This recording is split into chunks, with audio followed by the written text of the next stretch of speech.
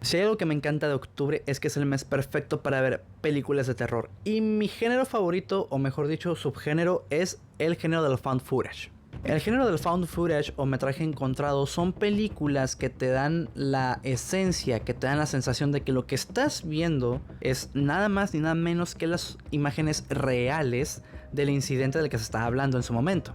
Pero ¿cuáles son las características que hacen pensar al espectador que lo que está viendo, o por lo menos en su mejor apogeo, que lo que se veía eran filmaciones reales? Hay varios factores. Punto número 1, normalmente estamos hablando de películas con presupuestos muy bajos. Hablando en presupuestos de dinero, estamos hablando de películas que no pasan, que de hecho ni siquiera llegan a los $700,000.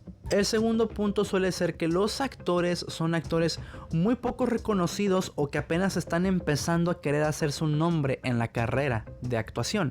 Y punto número 3, a pesar de que en muchas ocasiones hay gente que maneja la cámara, en este tipo de películas se le da oportunidad a los actores de que ellos también graben un poco del film. Esto con la intención de que haga ver que los actores en su papel han estado grabando todo el tiempo.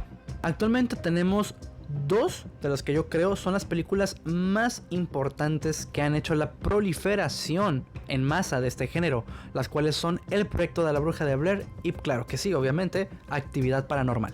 ¿Pero fue La bruja de Blair la primera película found footage? No. La primera película documentada sobre el género found footage es una película estrenada en el año de 1980 llamada Holocausto Caníbal.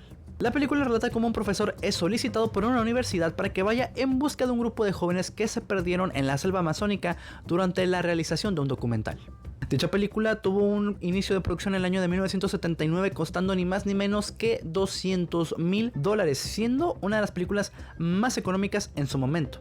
9 años después, en el año de 1989, se estrenaría una película / documental directa a televisión llamada UFO Abduction o The McPherson Tapes. Con un costo de $6,000 en su producción, esta película relata cómo es que una familia americana durante la cena de un cumpleaños son aterrorizados ni más ni menos que por seres de otro mundo.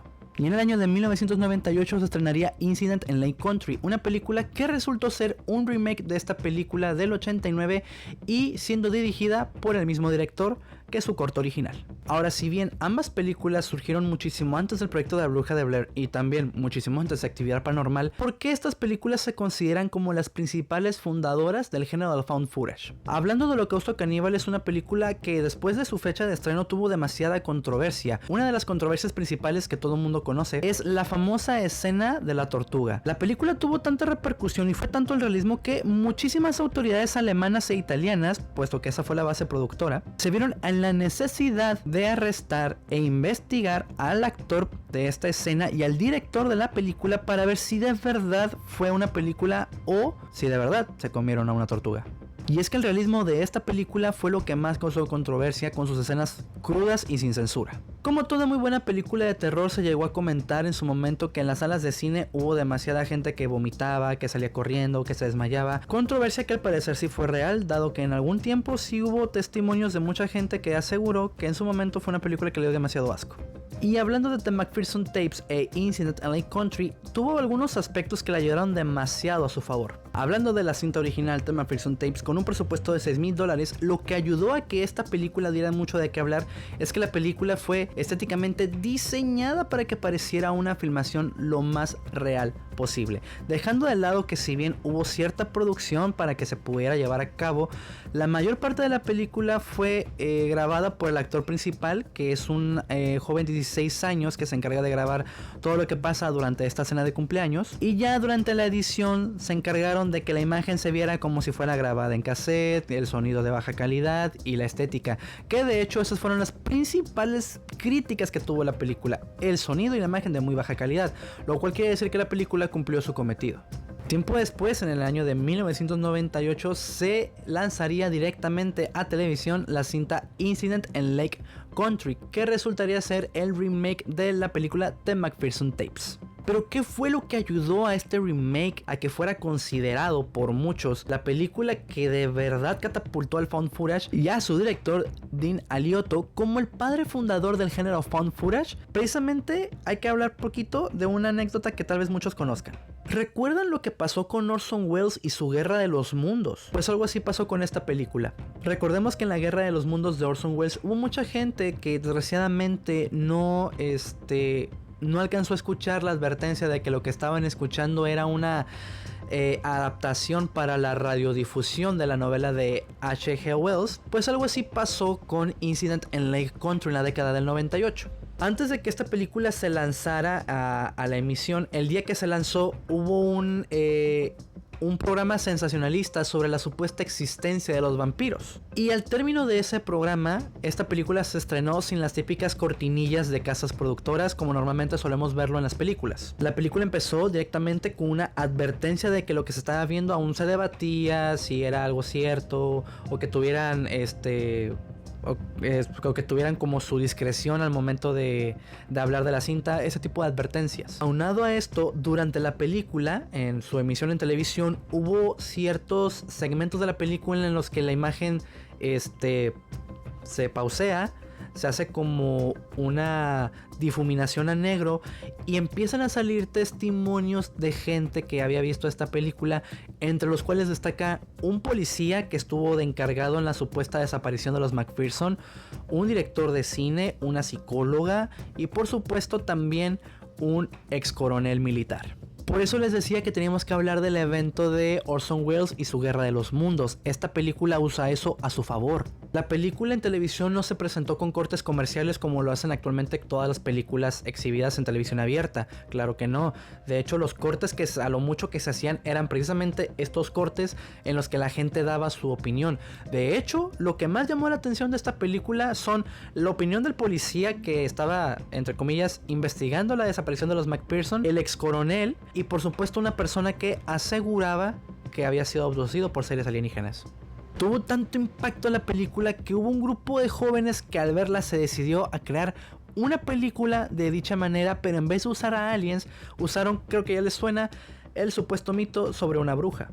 Y esa película de jóvenes universitarios que iban en busca de la casa del mito de la bruja de Blair inspiraron a un señor de nombre Oren Peli a hacer una de las películas que terminó siendo la cúspide del género found footage y que gracias a ella tenemos este hermoso subgénero del horror. A la persona que inspiraron fue ni más ni menos que a Oren Peli, productor y director de la primera Actividad Paranormal.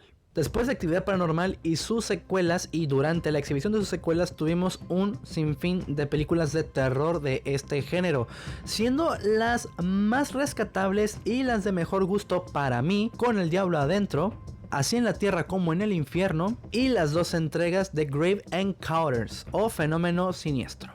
Actualmente las películas VHS son esa pequeña franquicia después de Actividad Paranormal que ha tenido una vigencia muy grande en el género del found footage. Pero también el found footage ha tenido sus joyas muy poco reconocidas o en su defecto películas que no supieron bien aprovechar el posible potencial que tenían. Dos claros ejemplos de esto son La Teoría Frankenstein y El Paso del Diablo, película basada en el incidente del Paso Dyatlov. Si bien hemos tenido una recesión de películas en found footage, creo que las que ya tenemos en existencia nos pueden dar para una muy buena noche de terror. Si tus planes el 31 de este mes son quedarte en tu casa a ver películas de terror, déjame recomendarte 3 que te lo harán pasar de la mejor manera. Y mejor aún, si nunca las has visto. Como no podía faltar, vamos a hablar en primer lugar, te recomiendo totalmente Incident in Lake Country. Te garantizo que es una película que te va a encantar y que te va a fascinar. Lo mejor de todo, si eres una persona que te gustan las películas en inglés sin subtítulos, la puedes encontrar en YouTube. Y si no te gustan y eres fanático del doblaje mexicano, también la puedes encontrar en YouTube totalmente doblada al español, con un elenco que, la verdad, se nota que le metieron producción al doblaje. En el puesto número 2, Así en la Tierra como en el Infierno, una película totalmente recomendable, en el cual te vas a enfrascar en la aventura de unos jóvenes que se adentran a las catacumbas de París y ahí van a ver que no todo es como lo cuentan los libros de historia. Y en tercer lugar, pero no por eso menos importante, creo que hay que recomendarla, Actividad Paranormal, por lo menos la primera entrega. Es una película que de verdad en su momento a mí no me dejó dormir para nada, y eso que la vi en mi habitación, a oscuras, en una bocina, con una pantalla lo bastante grande. Creo que lo vi lo más cercano al cine, creo que por eso no me dejó dormir. Totalmente recomendable si este 31 de octubre no tienes pensado salir a ningún lado. Así que ya lo sabes, ya sabes qué es el found footage, ya te di una pequeña historia sobre el found footage y también te he recomendado 3 películas que te van a encantar, sobre todo, repito, si aún no las has visto. Gracias por ver este video, yo soy Flex y recuerda que nos vemos solo en cines.